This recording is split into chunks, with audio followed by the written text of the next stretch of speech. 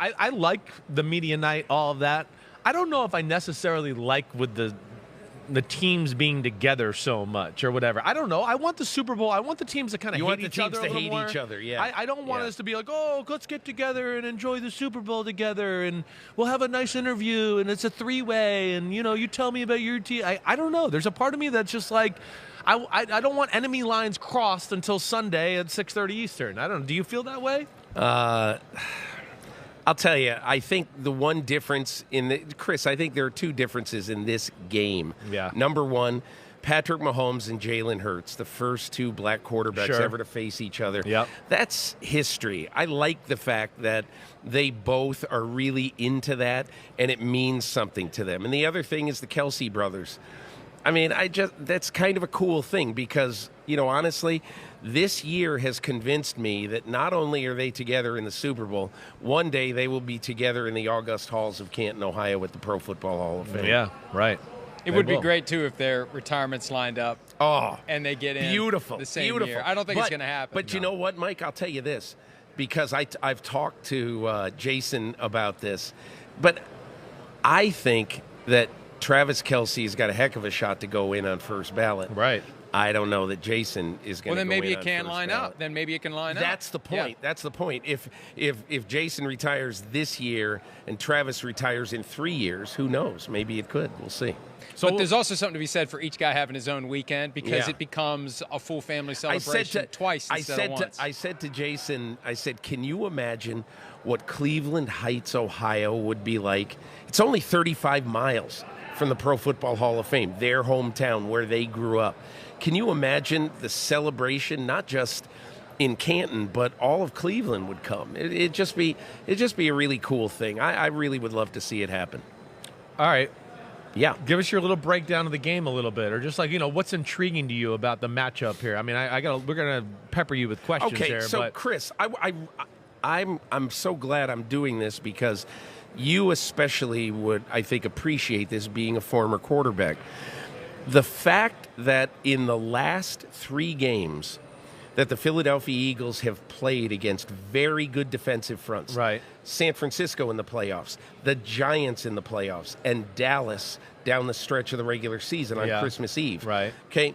Those are the last 3 very good defensive fronts that they've played. Right. In those 12 quarters, the defensive lines for those three teams, 12 quarters, 0 sacks, 0 quarterback hits. Yeah. And so that tells me this about the Philadelphia offensive line. Not only might it be the best offensive line of this generation, but I wonder if you're not going to be able to get to Jalen Hurts and perhaps his wounded shoulder. Right.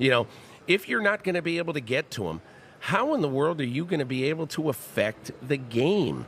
And as great as Chris Jones is, Frank Clark, George Karlaftis, they've gotten a lot from lately. I mean, nobody else is getting to him. How are you getting to him? And that is a huge factor in this game. Yeah, I don't know if you're going to get to him totally. I think what you got to do more than anything is try to kind of take away some of the answers of the offense and then, maybe make him more of a pocket passing quarterback than Philadelphia or him would like. And then they're going to have to try to find some creative ways to get pressure. You're right. They're not going to be able to just go, our front four, like we've talked about with other great Super Bowl matchups, is just going to get there against this group.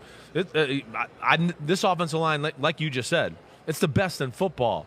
It's literally like they can go on drives where you go, they just ran the ball 14 times in a row and went down and ran for a touchdown. Like, it's insane what they can do. By the end of this season, right. I was thinking Dexter Lawrence is an absolute first-team All-Pro. Yeah. I love this guy. Right.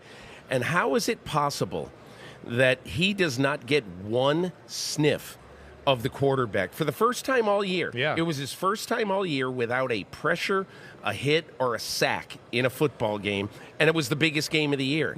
That just tells me an awful lot about how good and Definitely. how impenetrable that Philadelphia line is. I'll just say this to you there. Just the Giants D-line, I don't think I'm going to put in a top-tier D-line conversation, right? You said the Cowboys and the 49ers, surely I'd put them there. And I would have liked to have seen how that game shook out a little with the 49ers. Not that I'm going to say they would have got a lot of sacks, but I think we could have got to a point there, and we saw it a little. You think it might have been a different game if it were more competitive? Exactly. Yeah. I think that Philadelphia might have finally been forced into, wait, we don't have the perfect play or the perfect answer all the time here. But because then they can kind of like take the foot off the gas pedal. Wait, we don't need to be too aggressive. Let's just run the ball, control the clock. We'll get the ball back in 4 plays because they're going to go 3 and out, and they just slowly wore them down. But yeah, Spagnuolo is going to have to come up with a pretty special game plan. Can I give? And Spagnuolo has done that. I know before he has against the New England Patriots, the 18-0 Patriots. Here's my one other factor in this game that I really am interested in. Yeah, I think that Patrick Mahomes, he has the will of Tom Brady. Tom Brady is retired, and he's passed down his will, basically, and his stick-to-itiveness, his never-say-die-ness, blah, blah, blah, to Mahomes. And Mahomes is, leads the world in that now. But my question is, I was standing outside the Kansas City locker room when they were going back and forth out to the field at the AFC Championship game for the celebration. Right. Mike, I don't know. I forget if we talked about this or not, but watching Juju Smith-Schuster and watching some of those skill players, Juju Smith-Schuster looked like one of those guys who was coming off a Revolutionary War battlefield. I mean, he was helped by 2 people. He's limping terribly, and I just said, man, good thing they got a week off and they can get ready to go. But I don't know how Mahomes, especially against a superb defensive front like Philadelphia has, I don't know how Mahomes is going to be able to make enough plays in this game. Maybe he will, but to me, the best bet, the easiest bet, whatever, and so of course I'll be wrong, is Travis Kelce. Whatever the over-under on his yardage is, take the over. I mean, because he is the guy who he has to find. But the beauty of what the Chiefs have done this year, and this is something Chris mentioned yesterday from his interview with Andy Reid before the divisional round game, the idea that Patrick Mahomes was fully dialed in throughout the offseason with all of his receivers, top to bottom, and comparing notes with Andy Reid. Hey, Mike, by the way, how does that compare to Aaron Rodgers? I know. Exactly. But look at what happens when you get to the point where you're emptying the bench because your guys are injured. He has no hesitation to trust whoever is out there. I understand, but you know what? Marcus Kemp is another thing. I don't, and I'm not being negative about, the last guy in your receiver group, but, he got all these guys, Marquez Valdez-Scantling and Juju Smith-Schuster and Sky Moore. He got them all up to speed.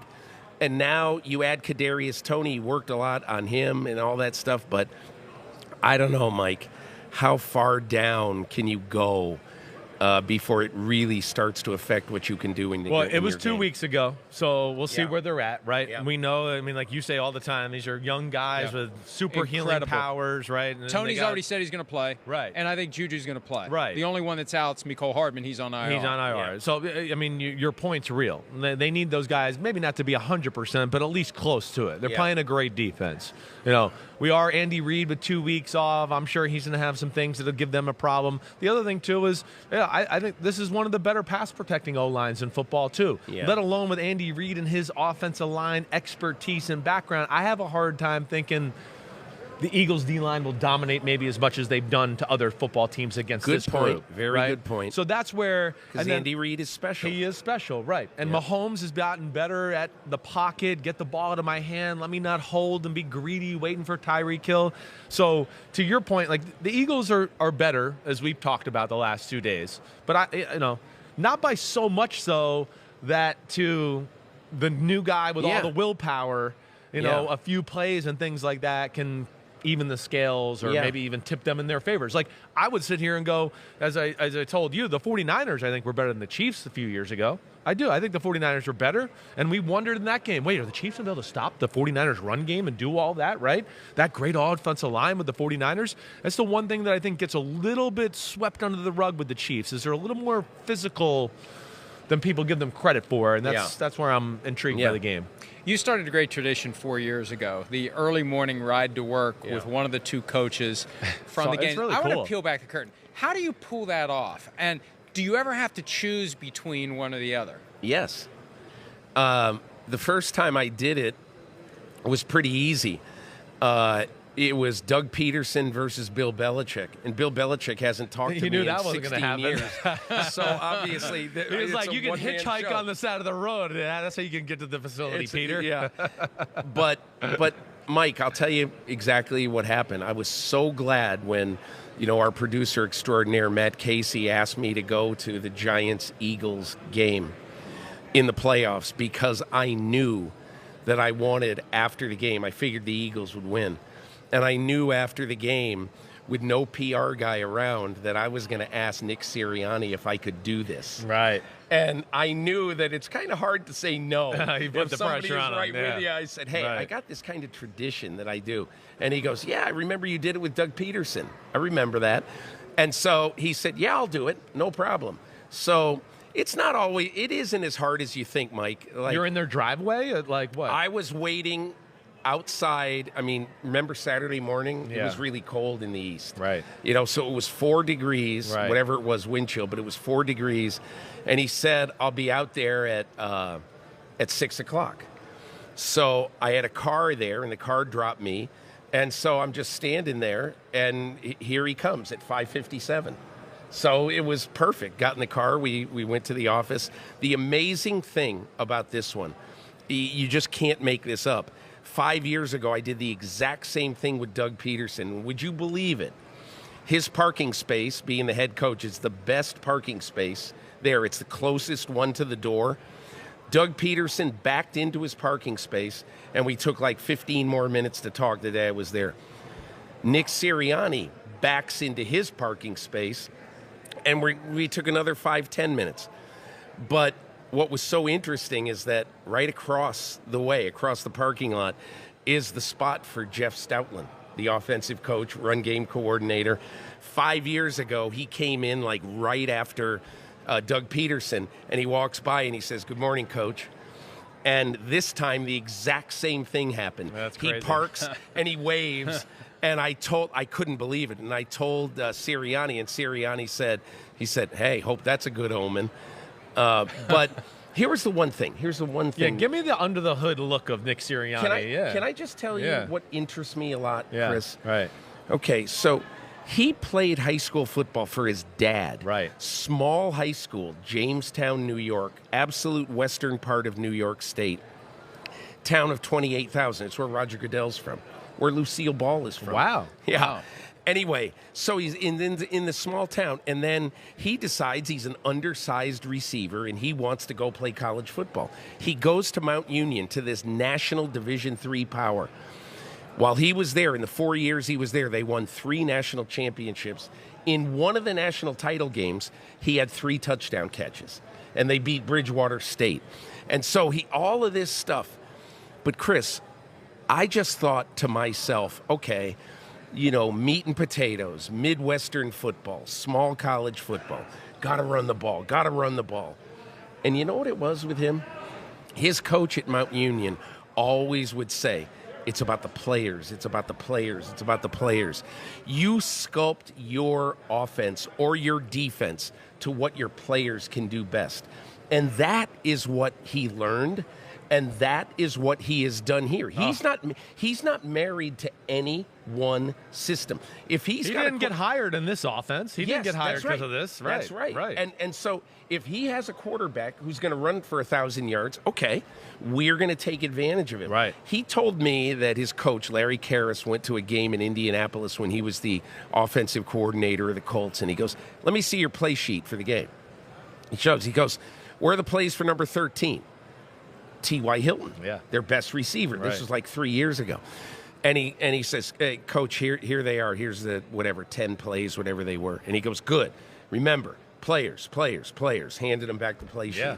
So I learned a lot. I don't know Nick Sirianni, Right. but I learned a lot about him, and he was an impressive guy that morning. Why is it so hard for coaches to accept this notion that you do what your players do well, you don't do what they don't do well? Yeah. Sean Payton talked about that at length yesterday regarding his strategy for getting the most out of Russell Wilson. Why does it feel like that's the exception? Is it the ego of the coach that's so tied to his system that he refuses to bust that mold? Can I just give you one thought about that? I talked to Luke Getsy at length about mid-season this year because I wanted to know, it strikes me that you're probably not doing on offense what you would really want to do with a quarterback who's running it 12 times a game. Right. Don't you want a more sedentary, set pass offense and all that? He goes, no. He goes, at the beginning of the year, I told these guys, we are going to run an offense that is designed to take advantage of everybody's best skills. And he goes, I'm not telling, Justin Fields not to run. I'm not saying stay in the pocket, be like Aaron Rodgers. He's not like Aaron Rodgers. That really impressed me about Luke Getsy. Well, I got 2 cents about that. One, I think some of these coaches are not capable of changing their offense. Like they don't know enough offense outside the realm they've been taught to go, wait, let me go into, another offensive philosophy, right? It's a comfort level. It's a comfort level. I think that. And then I think, as we've talked about before too, offensive coaches are conservative. NFL coaches are conservative by nature, right? Yeah. There's very few of them that just have let's say, the guts, like Andy Reid or a Shanahan will just go, I've never really done this play, but I think this is going to screw them over this week. Like that weird play that the Chiefs ran, the whatever snow globe. it was. Snow globe, right? The snow globe they don't play. have the guts to do that. I've been around other coaches where you go, hey, wait, coach, I want to put this play in. We used to run this here, and man, it's a great play. It always works. And they would be like, oh, I don't know. We're going to have to practice it for a few weeks, and can you show me like 50 examples of it on film so I can learn how? And it's just like, coach, it's like read the post to the corner to the guy in the flat. It's not that hard, coach. It'll work, but they don't want to break out of their mold. They're it's scared. Like when Doug Peterson installed Philly special, late in that season in the playoffs. The one thing he said to me after the game is he said the players would have really been angry if we didn't run the play. Yeah. Because they love that play. Sure. But that's about culture. It's about camaraderie. It's about empowering the players, allowing them to feel like they're part of it.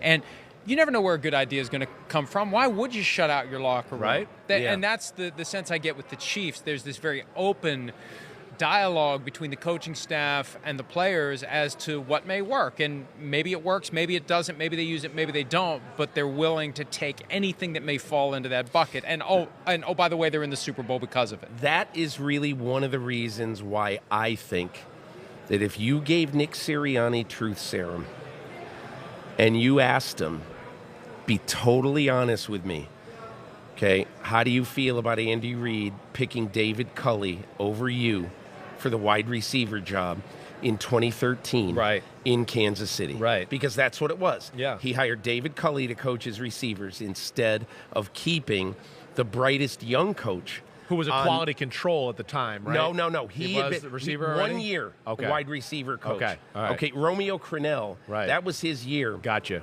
That was the totally disastrous year with the tragedy in the parking lot late in the season. But I think he would say, honestly, that, okay, Andy Reid didn't know me from Adam. He Right. understands. He's not mad at Andy Reid, okay? But I do think that one of the things he would say if you gave him truth serum is that, hey, the one thing I think I might have been able to help him a little with, he certainly could have helped me with, is imagination. Because Nick Sirianni's got a good football imagination. Oh, definitely. And Andy Reid is great at it. Yeah. So that's why I think it's unfortunate that he didn't get to coach on Reid's staff. It really is. Because then who knows what might have happened. Would Doug Peterson have gotten the Eagles coaching job, off the Kansas City staff? Or maybe, and it probably would have been Doug. But, I mean... Matt Nagy? It could have been Matt Nagy. But I'll tell you right. this. I think Andy Reid would have soon kind of fallen in love. I was asking Scott Pioli. He goes... He was just an unbelievable coach. You could tell it from the first year. Yeah, it's tough, right? Yeah. When you're Andy Reid, you're going to a new place. You want your people. Yeah. Exactly Yeah. right. You want your people just start off. You want things to start off on a good foot, right? That way, and then so I understand that's part of the business. Yeah, and I know Nick Sirianni wanted to stay there, right? His wife is from Kansas City. He met her there. School teacher. They lived in the same apartment complex. It's personal, but it's not personable. I think is what we're saying. Did you ask Nick Sirianni if it's a must-win game? No. Okay. Let's talk about Andy Reid. What is this? Oh, there's the Vulcan death grip. Yeah, got him. Try doing that to Peter. Peter will slap you upside your head. I don't want to do it to Peter. Andy Reid's legacy. He's 24 straight years coaching, Super Bowl win, multiple Super Bowl appearances, clearly a Hall of Famer. But what does getting to number 2 mean for him in the pantheon of all-time great coaches? What do you mean getting to number 2? If he wins the second Super Bowl. Oh, I see. Not anything that would be traditional use of number 2. Thank you. I guess I don't think it would really change a lot of opinions about Reid, but I will say this, because I think as we get closer to the game, I don't know, whatever the line is, 2 points or whatever it is, but it doesn't feel like whatever 1.5 or 2 point game. It feels like maybe a 5 or 6 point game for the reasons that we've been talking about. I agreed.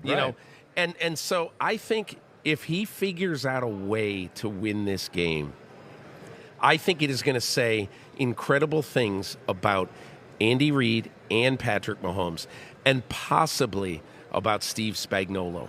Yes. Because if Spagnuolo figures a way to penetrate the iron curtain of that offensive front of the Philadelphia Eagles, we're going to be writing some very complimentary things about him. Now he would have figured out a way inside the 18-0 Patriots and inside of maybe the best offensive line in recent NFL history. Yeah. I mean, to me, it takes him to another stratosphere. I will say. I mean, I think the fact where you go, wait, a second Super Bowl win, 5th Super Bowl appearance, 3 out of the last 4 years, I think you go from Hall of Famer, which we all agree is where he's at already, to now you're kind of in I don't know. For me, I'm just going to throw out some Don Shula, Tom Landryville. Yeah. I feel like you go into that group, right? And don't forget. Am I crazy to say that? No. All right. Don't forget, he was on 2 Super Bowl teams in Green Bay. Yeah, right. Sure. And so even though he was whatever the tight end coach, right. But I do think the one thing about Andy Reid that, look, I remember asking somebody very close to Andy Reid, this is 3 or 4 years ago, how much longer for him? And this person said 2, maybe 3 years. And then I asked Andy about it more recently, and he goes, "No way. Why would I leave?" Yeah, we were talking about this yesterday. Why? You got this guy a quarterback. You're not leaving anytime soon. It's as good as it's going to get. But obviously there are those in the outside world that would say, "Hey, go home and sort of take care of your family," with all the different family things he's had to deal with. But I think Andy Reid has always sort of, whether you agree with it, whether you don't agree with it, he has always basically been able to put a dividing line in his life between his private life and his public life, or his football life. And I do think that he's going to coach until probably physically he's not able to coach anymore. One thing Chris detected when he was out there is no stress whatsoever. Right. None of that agitation. Hurry up the interview. I got to go do this. I got to do that. Very calm. Embraces everything. Right. And, Can I tell you? And you just keep going. There's no reason to stop. Let me tell you a story from that time before the 49ers Super Bowl when I rode to work with him. Right. Here was the really interesting thing. I was staying at the Intercontinental Hotel, which was in his neighborhood in Kansas City. And I said to him, "What time?" And he goes, 3:15. I said, "Holy crap, 3:15."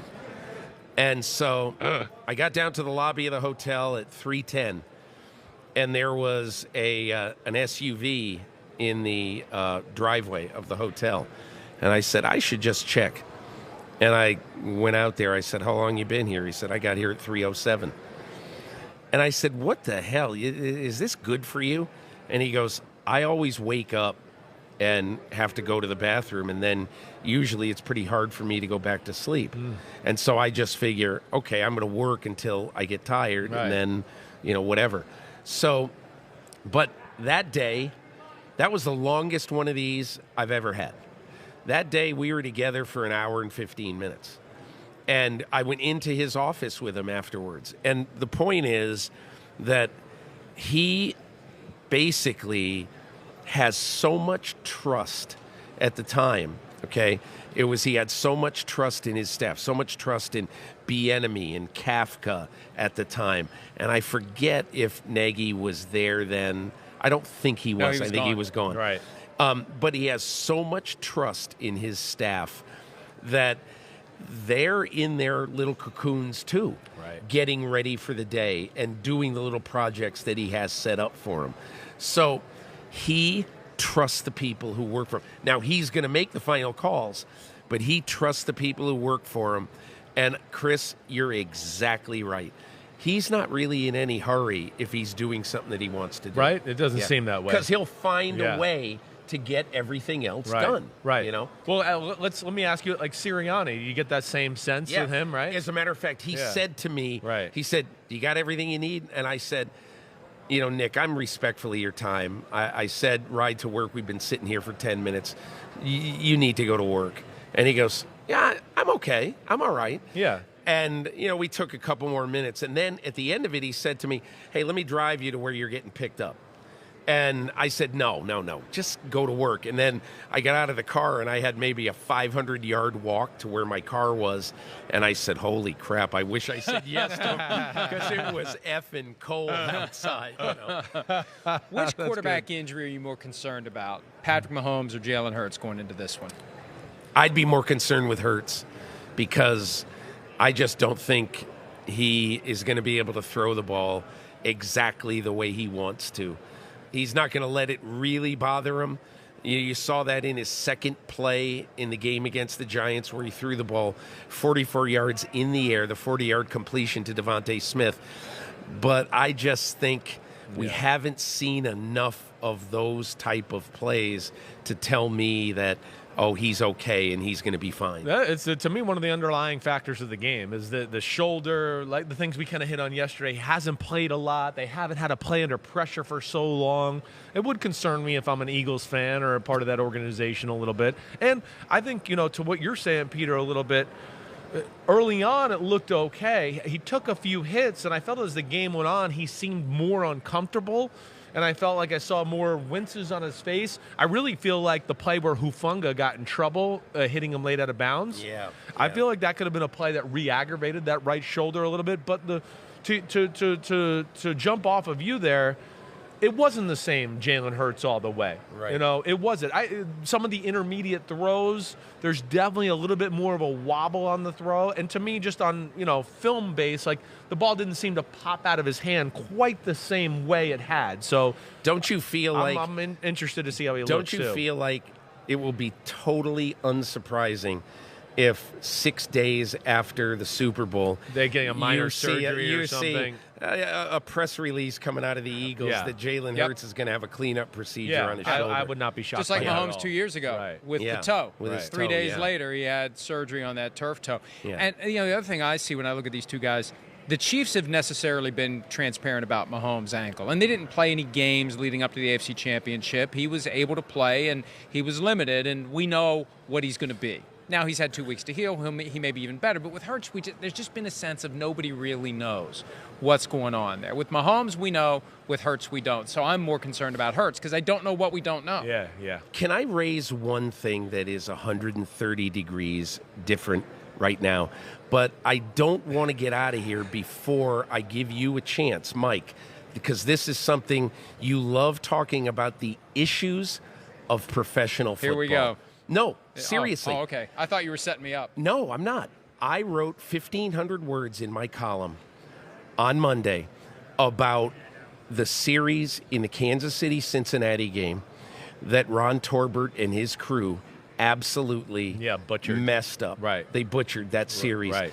Now, I've gotten a ton of emails from people. The Chiefs are the better team. They would have won. This is not about that. Yeah. It's not about who should win, who wasn't going to win, anything like that. It is about the fact they made 5 mistakes in one series. They forced the Cincinnati Bengals on defense to play 4 more snaps than they should have.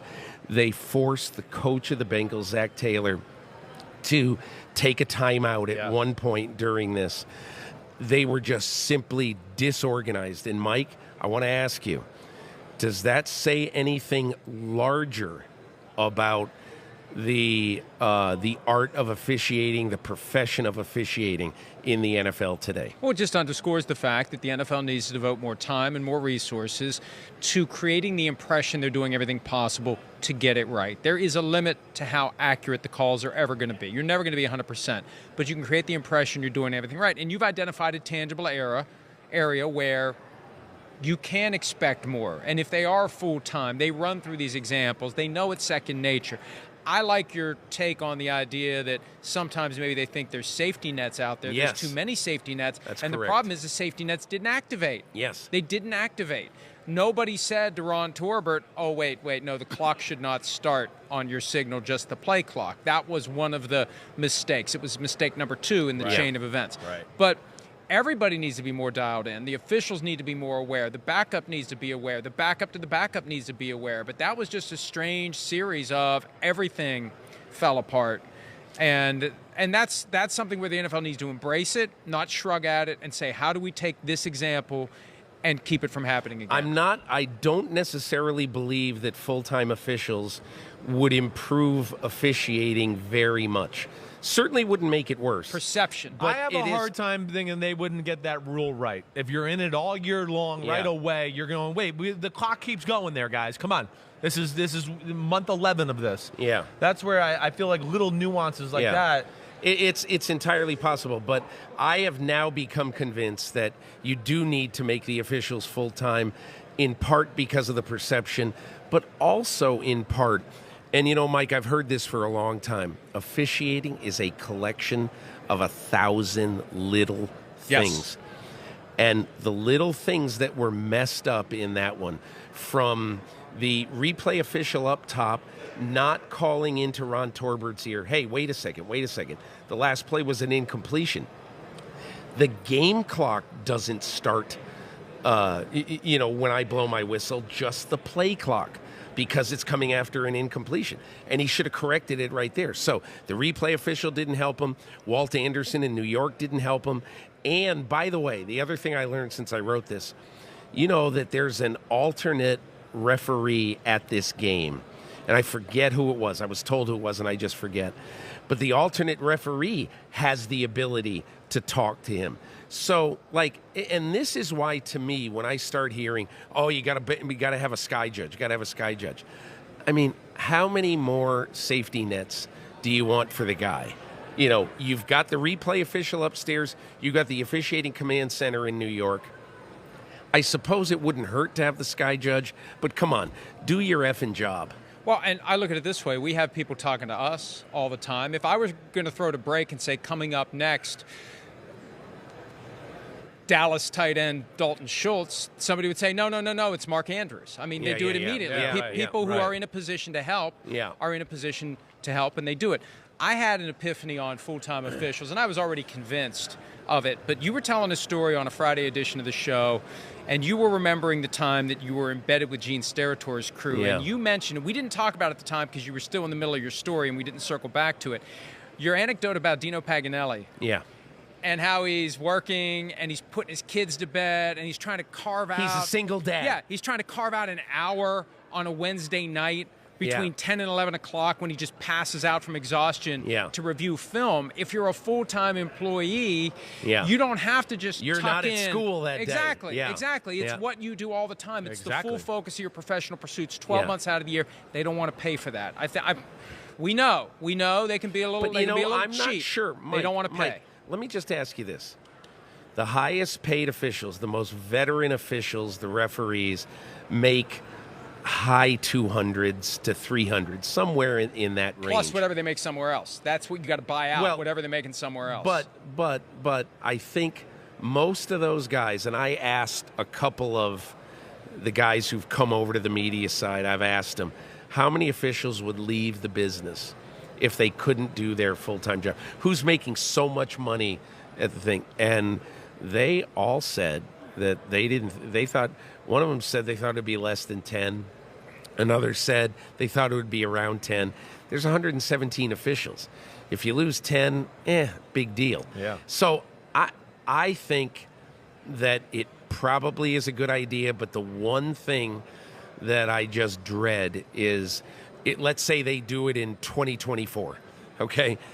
Then in 2024 season, everybody's going to say, oh, my God, the officiating still stinks. How in the world? You got full-time officials. How can they be making these mistakes? Because it's hard to officiate a football game. That's why. But at least if we have full-time officials, those of us who comment on the mistakes will no longer be able to say, well, if they were full-time officials, they wouldn't have made that mistake. Yeah. So it'll be another reason for it. And I still think it'll improve. It's never going to be 100%. Yeah, but right, it'll improve. right. I agree fun. too. I would think it would improve too. Wait, I want to ask you one more question about the Super Bowl and Sirianni. Yeah. Does he understand, Mahomes, first off, I still don't think we're being made a big enough deal about Mahomes. It's to me, I don't get it. It's 5 years as a starter, and it's the AFC Championship game every year. It's the third Super Bowl, and it's the third Super Bowl in 4 years. Yeah. And I feel like it's kind of like he's made us so numb and he's so great that we're all kind of just like, oh, yeah, the Chiefs are back. Big deal. Right. But is Sirianni, what did Sirianni, did he say anything about Mahomes? He just said how much he respects Mahomes and Reed. Right. A lot. And we didn't talk about Mahomes too much specifically, but you could just tell they're spending a lot of time trying to figure out what they're going to do. And, Jonathan Gannon is a huge factor in this game. We're talking all about Spagnuolo, and understandably so. Yeah. Jonathan Gannon has got to figure out a way to frustrate, Patrick Mahomes. Right. And it's not going to be easy because every defensive coordinator going into a game, it goes to bed, the week before the game. How am I going to frustrate Mahomes? How am I going to get to him? You have a great plan, and it's a great plan until Patrick Mahomes punches you in the face. Yeah, that's right. We've got 2 head coaching vacancies still, the Colts and the Cardinals.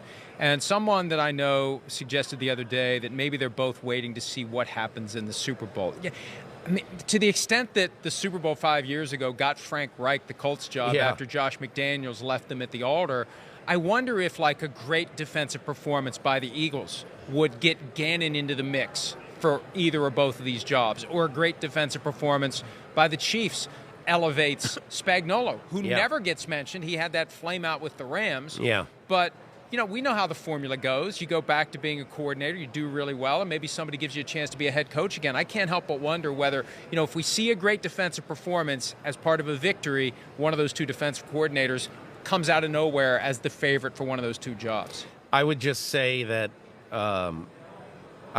the Cardinals' vacancy, I'm not sure I would take the Cardinals' job. The Cardinals' job really worries me. You have a quarterback, you have no idea, is he a worker bee? Apparently not. Is he going to be able to run a normal offense when we need to run a normal offense? Yeah, I don't know. Questionable, sure. I mean, look at all the people who have just sort of fallen off their list. Now, I guess it's possible that Brian Flores basically was told, hey, dude, you're not getting the job. Take the Minnesota defensive coordinator. Maybe. Probably there was some of that or some hint of that. But just tell me this. Louis Anarumo was not even interviewed or even a thought of the Cardinals until after they lost to or maybe until Saturday of that weekend. It was when they I feel like when they beat the Bills, we started to hear Lou with the Cardinals, right? No, because I talked to Lou on Friday afternoon before the Kansas City game. He had still not heard from one team at all in the coaching search, and he goes, you got me. Ask my agent. Ask Bob Lamont.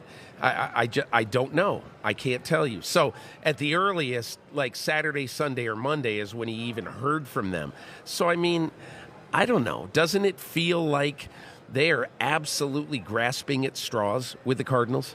Which makes me think that they could try to make a run at one of these two defensive coordinators, or any of the coordinators, anybody at this point, anybody who wants this job. And at some point, Michael Bidwell's going to have to throw more money on the table to get somebody to take the job, because it feels like people are going elsewhere. When you have a guy take a defensive coordinator job instead of waiting to see if he gets a head coaching job, that's a red flag to me, unless he knew unequivocally he wasn't getting it. Yeah.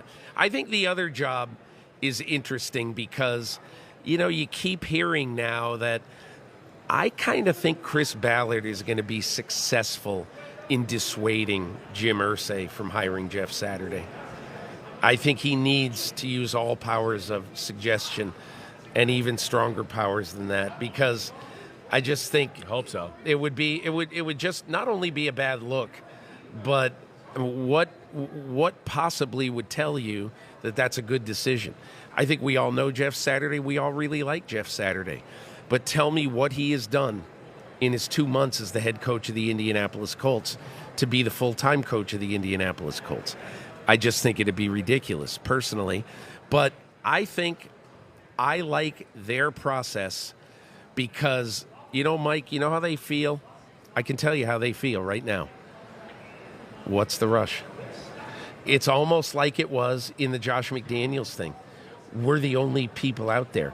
And I do think that they know, they have to know, that nobody with a good choice is going to take the Arizona job over us. Theirs. Yeah, sure. So anyway, that's just my gut feeling, but I would not be surprised. Shane Steichen or Jonathan Gannon. I don't know. Eric Bieniemy's still in play in Indy too, even though he didn't have a second interview. Why would he not be? I would say this about Bieniemy. This is the one thing that I heard with Bieniemy in Indianapolis, whether it's reliable or not, that it must have gotten to Bieniemy over the years that he, quote, hadn't interviewed well. Because I heard he had a fantastic interview in Indianapolis. And I really think that the one thing that has hurt him, which is not true from what I have seen inside the offensive layer of the Colts, Andy Reid takes a lot of what Bieniemy comes up with. And just like he did with Kafka, just like he does with Nagy, he's an equal opportunity offensive guy. So I think he's got a chance. I think he's got a chance. He quietly made an agent change too, and my understanding is that one of the top orders of business was address the concerns, rectify the issues, improve the interview, do what we have to do to position this guy to finally get a head coaching job. So he is still in play. Hi, it's Mike Florio. Thanks for watching PFT on YouTube. Hit subscribe for the latest news and analysis from Pro Football Talk.